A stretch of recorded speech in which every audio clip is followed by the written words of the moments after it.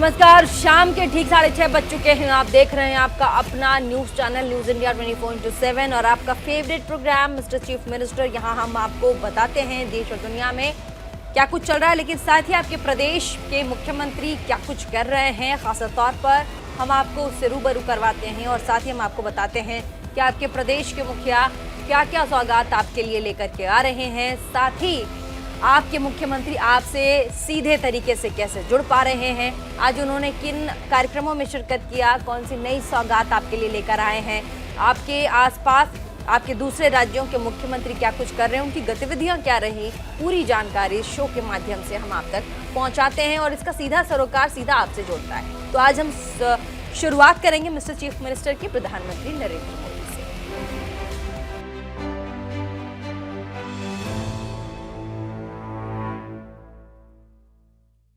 और आज संसद का बजट सत्र शुरू होने से ठीक पहले प्रधानमंत्री मोदी ने मीडिया को संबोधित किया। अपने संबोधन के दौरान प्रधानमंत्री मोदी ने कहा कि आज बजट सत्र की शुरुआत हो रही है और जिसकी आवाज़ को मान्यता होती है वैसी आवाज़ आशा का संदेश लेकर आ रही है। उन्होंने कहा कि उन्हें उम्मीद है कि भारत का बजट सामान्य लोगों की आशा को इस बार पूरा करेगा और साथ ही हमारा ये प्रयास रहता है कि सबका साथ मिले और साथ ही भारत की तरफ आशा की किरण की तरह इस बार का बजट है वो देख रहा है।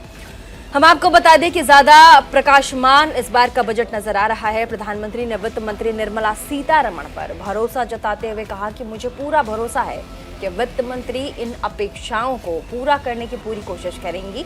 बीजेपी के नेतृत्व में एनडीए का एक ही लक्ष्य इंडिया फर्स्ट, सिटीजन फर्स्ट रहा है। इसके अलावा प्रधानमंत्री ने विपक्ष के नाम भी संदेश दिया और कहा कि मुझे विश्वास है कि विपक्ष के सभी साथी बड़ी तैयारी के साथ बहुत बारीकी से अध्ययन करके सदन में अपनी बात रखेंगे।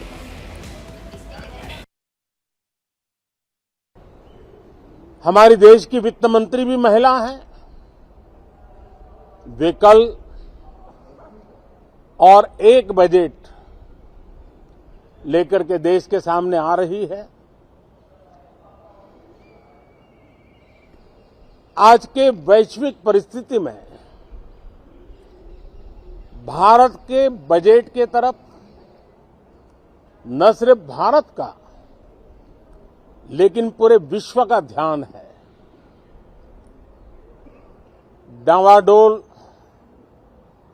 विश्व की आर्थिक परिस्थिति में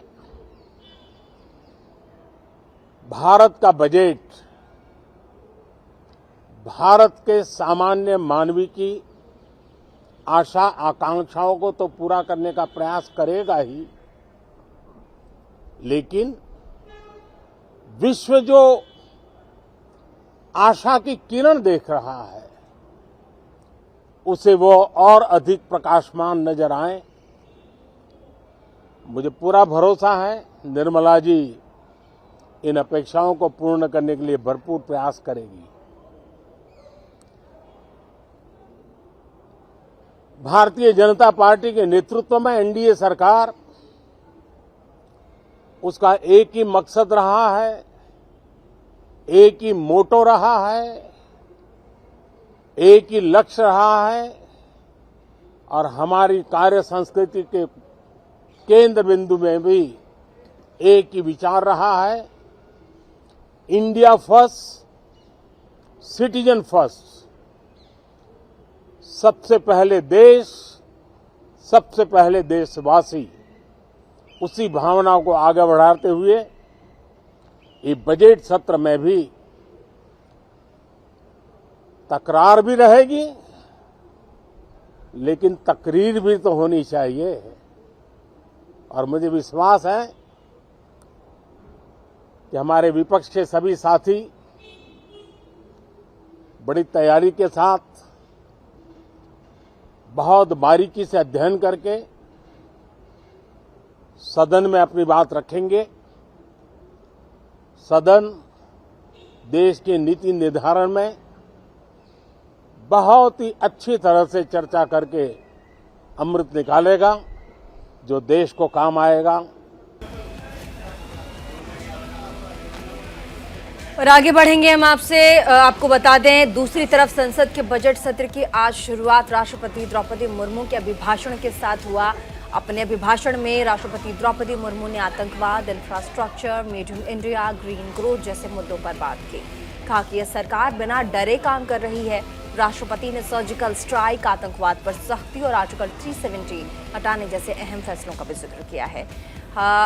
माफ कीजिएगा, मैं आपको बता दें कि राष्ट्रपति ने देश की जनता का आभार जताया।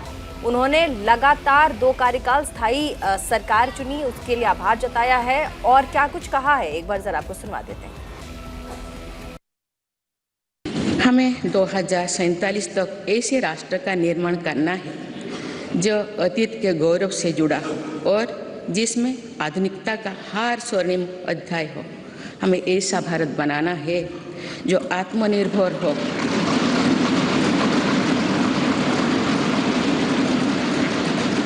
और जो अपने मानवीय दायित्वों का पूरा करने के लिए भी समर्थ हो। ऐसा भारत हो जिसमें गरीबी ना हो, जिसका मध्यम वर्ग भी वैभव से युक्त हो।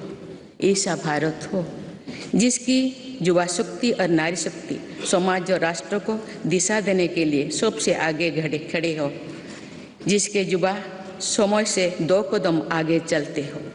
ऐसा भारत जिसकी विविधता और अधिक उज्जवल हो, जिसकी एकता और अधिक अटल हो।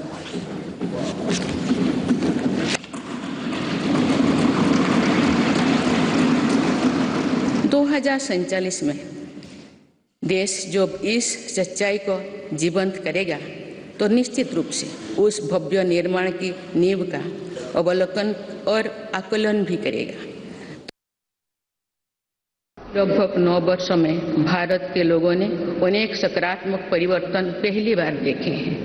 सबसे बड़ा परिवर्तन ये हुआ है कि आज हर भारतीय का आत्मविश्वास शीर्ष पर है और दुनिया का भारत को देखने का नजरिया बदला है। जो भारत को भी अपनी अधिकांश समस्याओं के समाधान के लिए दूसरों पर निर्भर था, वही आज दुनिया की समस्याओं के समाधान का माध्यम बन रहा है। जिस आधुनिक इंफ्रास्ट्रक्चर की हम कभी कामना करते थे, वो इन वर्षों में देश में बनना शुरू हुआ है। अब बात मध्य प्रदेश की कर लेते हैं। यहाँ पर 7 विधानसभा चुनाव होने हैं। विधानसभा चुनाव को देखते हुए राज्य के मुख्यमंत्री शिवराज सिंह चौहान एक्टिव मोड में नजर आ रहे हैं। मुख्यमंत्री शिवराज सिंह चौहान लगातार पूर्व मुख्यमंत्री कमलनाथ पर हमला बोल रहे हैं। इसी कड़ी में मुख्यमंत्री शिवराज ने प्रेस कॉन्फ्रेंस करते हुए कमलनाथ पर हमला बोला। उन्होंने कांग्रेस के वचन पत्र को दिखाते हुए कहा कि ये कांग्रेस की झूठ का पुलिंदा है। कांग्रेस ने पिछले वादे पूरे नहीं किए और नए वादों की लिस्ट तैयार है। 1.25 साल में आपने एक भी वचन पूरा नहीं किया। कई कलेक्टर्स ने नवाचार किए बहुत से, तो जो बेस्ट प्रैक्टिस है उसको भी एक्सचेंज करेंगे। प्रशासनिक क्षेत्र में भी स्वस्थ प्रतिस्पर्धा हो बेहतर काम के लिए, तो काम की गुणवत्ता भी बढ़ती है। तो कई महत्वपूर्ण विषयों पर हम चर्चा करेंगे। कमलनाथ जी बार बार मैं झूठ बोल रहा हूँ, पता नहीं क्या क्या कहते रहते हैं, लेकिन झूठ का पुलंदा यह है कमलनाथ जी, आपका पूरा पुलंदा। यह है वचन पत्र आपका, झूठ का पुलिंदा। झूठ आपने बोला, धोखा आपने दिया, भ्रमित आपने किया। यह पुलंदा है वचन पत्रों का। 1.25 साल में पूरे नहीं किए। कौन सा पूरा किया बता दे कमलनाथ। अब लोगों को फिर ठगने और छलने निकले हो। ये ठगने का खेल हम चलने नहीं देंगे। एक भी सवाल का जवाब क्यों नहीं दिया मेरे? मैं कह रहा हूं आप झूठ बोल रहे हो। इतनी चीजें आपने कही थी, एक नहीं की, और आप मुझे झूठा कहते हैं। जवाब तो देना पड़ेगा कमलनाथ जी, जनता की अदालत में। आज मैं एक सवाल और पूछ रहा हूं। आपने ये कहा था फसल बीमा योजना के बारे में कि ग्राम सभा की अनुशंसा पर फसल बीमा का लाभ किसान को देंगे। क्या ग्राम सभा की अनुशंसा इतनी बार नुकसान हुआ आपने ली? क्या आपके कार्यकाल में जब फसलें तबाह और चौपट हो गई थी, अतिवृष्टि के कारण, बाढ़ के कारण, पाले के कारण एक नया पैसा आपने दिया फसल बीमा योजना का। आपने तो फसल बीमा योजना में आधार ही ऐसे बना दिए थे कि किसान को पैसे ही ना मिले। 2 साल में हमने 17,000 करोड़ रुपया किसानों के खाते में डाले फसल बीमा योजना के। आपने क्या दे दिया? अब झूठ बोलोगे और हम पूछेंगे भी नहीं, जवाब तो देना होगा। बात उत्तर प्रदेश की अब कर लेते हैं मुख्यमंत्री योगी आदित्यनाथ की, जो कि 2 दिन के महाराष्ट्र दौरे पर चल रहे हैं। इस दौरे के दूसरे और आखिरी दिन मुख्यमंत्री योगी ने जलगांव में एक गुरुद्वारे में पहुंचे। यहां पर मुख्यमंत्री योगी आदित्यनाथ ने गुरुद्वारे में मत्था टेका, बाबा जी से अरदास की। इस दौरान वहां पर मौजूद लोगों ने मुख्यमंत्री योगी का अभिवादन भी किया। तो इन तस्वीरों के माध्यम से आप देख पा रहे हैं कि कैसे 2 दिन के दौरे पर उत्तर प्रदेश के मुख्यमंत्री योगी आदित्यनाथ पहुंचे हुए हैं। यहाँ गुरुद्वारे में मत्था टेकने पहुंचे, प्रणाम करने पहुंचे, और ऐसे में कैसे सिख समुदाय के लोगों ने मुख्यमंत्री योगी आदित्यनाथ का अभिवादन किया, स्वागत किया, ये आप देख सकते हैं। उन्हें भगवे रंग का साफा उन्हें पहनाया, सम्मानित किया, उनका भव्य स्वागत किया गया। और योगी आदित्यनाथ आप तस्वीरों में देखिए गुरुद्वारे में प्रवेश करते हुए और प्रार्थना करते हुए थोड़ी देर में नजर आएंगे। और ये रही वो तस्वीर जब मुख्यमंत्री योगी आदित्यनाथ गुरुद्वारा पहुंचे और उन्होंने प्रार्थना की।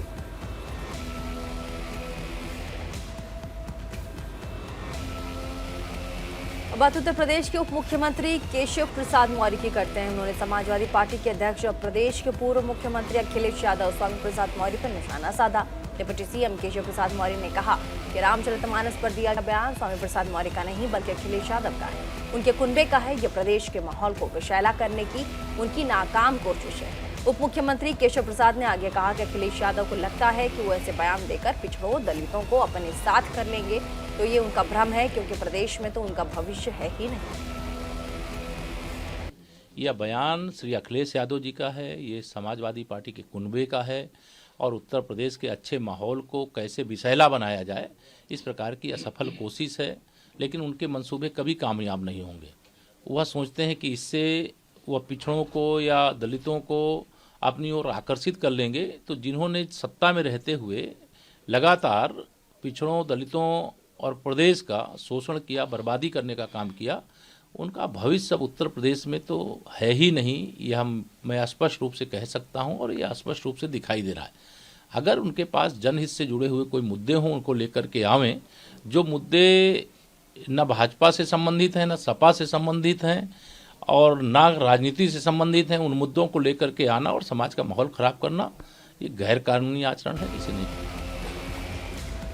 अब बात झारखंड की। यहाँ पर 13 साल बाद जमशेदपुर के सुनारी एयरपोर्ट से आज पहली उड़ान भरी है। हवाई जहाज ने उड़ान कोलकाता के लिए थी। इसमें 9 यात्री सवार थे। इस उड़ान को प्रदेश के मुख्यमंत्री हेमंत सोरेन ने हरी झंडी दिखाई। विमान सेवा की शुरुआत कर उसे रवाना किया गया। इस दौरान केंद्रीय नगर विमान मंत्री Jyotiraditya Scindia, general V K Singh virtually मौजूद रहे। अपने संबोधन में झारखंड सरकार के मुख्यमंत्री हेमंत सोरेन ने भी कहा, हमारी सरकार राज्य के एयरपोर्ट को सुदृढ़ करने का काम कर रही है। विदेशों के तर्ज पर झारखंड के शहरों को भी एयर कनेक्टिविटी के तहत जोड़ा जा रहा है। इसके लिए 5-6 एयरपोर्ट को विकसित किया जा रहा है। उन्होंने केंद्र सरकार के नगर विमान मंत्रालय से कहा कि झारखंड पायलट ट्रेनिंग शुरू की गई है। इसके लिए उन्हें डीजीसीए और साथ ही रक्षा मंत्रालय से अनुमति की जरूरत है। आज जमशेदपुर के इस राजनगर बालखेड़ा जुगसराय के लिए बहुत ही खूबसूरत और उम्दा क्वालिटी का आरओबी बनकर तैयार हुआ है। और जैसे कि आप सब लोगों को मालूम है कि यहाँ लोग कितने बुरी तरीके से जाम में फंसे रहते थे, बरसों बरस तक चीजें ज्यों का त्यों बनी रही। आज आप देखिए, और आज हम लोग उस पर चढ़ के भी घूम के आए हैं। निश्चित रूप से जो बदलाव की बयार है, इस ओवरब्रिज को बनने में 6-7 साल लग गए, और आप देखेंगे कि आप आने वाला समय में 1.5 साल 2 साल के अंदर ओवरब्रिजें कंप्लीट होंगी, फ्लाईओवरें कंप्लीट होंगी और लोगों की सेवा में वो सब आएंगे। तो आज इसके साथ साथ हम लोगों ने आज जमशेदपुर से एक एयरपोर्ट से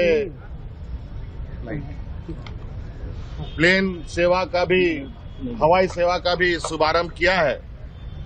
माननीय केंद्रीय मंत्री ज्योतिरादित्य सिंधिया जी और हमने मिलकर इसको शुरू किया। अभी पहले चरण में भुवनेश्वर, जमशेदपुर, कलकत्ता का ये नेटवर्क शुरू हुआ है और हमने कहा है कि राज्य में बहुत हम लोगों का एयरपोर्ट का नेटवर्क है और सब जिलों को भी जोड़ने का कार्य योजना तैयार किया जाए ताकि यहां पर लोगों को एयर कनेक्टिविटी बेहतर सुविधा। और अब बात दक्षिण भारत की। यहाँ पर आंध्र प्रदेश के मुख्यमंत्री जगन मोहन रेड्डी ने ऐलान किया कि राज्य की अगली राजधानी विशाखापट्टनम होगी। मुख्यमंत्री जगन मोहन रेड्डी ने प्रेस कॉन्फ्रेंस करके कहा कि मैं आपको विशाखापट्टनम में आमंत्रित कर रहा हूं, जो कि आने वाले दिनों में हमारे आंध्र प्रदेश की राजधानी होने वाली है। उन्होंने आगे कहा कि आने वाले महीनों में भी विशाखापट्टनम में ट्रांसफर हो जाऊंगा। आपको बता दें कि मुख्यमंत्री जगन मोहन रेड्डी नई दिल्ली में अंतर्राष्ट्रीय जननायक गठबंधन की बैठक में बोल रहे थे। दरअसल साल 2014 में तेलंगाना को आंध्र प्रदेश से अलग किए जाते वक्त हैदराबाद को 10 साल के लिए दोनों ही राज्यों की साझा राजधानी घोषित की गई थी, लेकिन अब यह समयावधि पूरी हो गई है और इसके बाद हैदराबाद को तेलंगाना को सौंपे जाने का फैसला हुआ है और ऐसे में आंध्र प्रदेश को 2024 से पहले ही राजधानी का ऐलान करना होगा। Here I am to invite you to Visakhapatnam, which is going to be our capital in the days to come. I myself would also be shifting over to Visakhapatnam in the months to come as well. And we are organizing this global summit, investor summit in Visakhapatnam on March 3rd and 4th.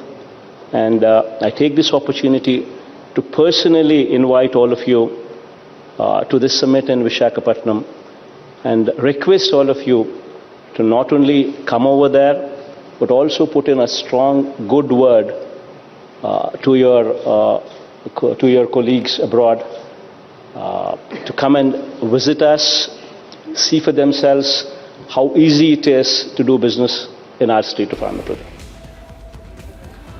और अब बात कर लेते हैं पश्चिम बंगाल के मुख्यमंत्री ममता बनर्जी की, जिन्होंने बीजेपी के नेतृत्व वाली केंद्र सरकार पर सीएए को लेकर आरोप लगाए हैं। मुख्यमंत्री ममता बनर्जी ने कहा कि बीजेपी सीएए को लागू करने के नाम पर लोगों को भ्रमित कर रही है। उन्होंने ये भी दावा किया कि वो और उनकी पार्टी टीएमसी मतुआ समुदाय के लोगों का ख्याल रख रही है। इनकी जड़ें जो हैं वो बांग्लादेश में हैं। साथ ही अब चुनाव नज़दीक आते ही बीजेपी उनके पास जाती है, दावा करती है। उनके जो दोस्त हैं, साथ ही उनके साथ ही ममता बनर्जी ने केंद्र सरकार पर राज्य का बकाया जारी न करने का भी गंभीर आरोप लगाया है। ममता बनर्जी ने कहा कि केंद्र पर बंगाल का 1 लाख करोड़ रुपए से ज़्यादा का बकाया है, साथ ही हमें हमारा बकाया दीजिए। आपको बता दें कि मुख्यमंत्री ममता बनर्जी ने इससे पहले आरोप लगाया था कि केंद्र मनरेगा के लिए धन जारी नहीं कर रहा है।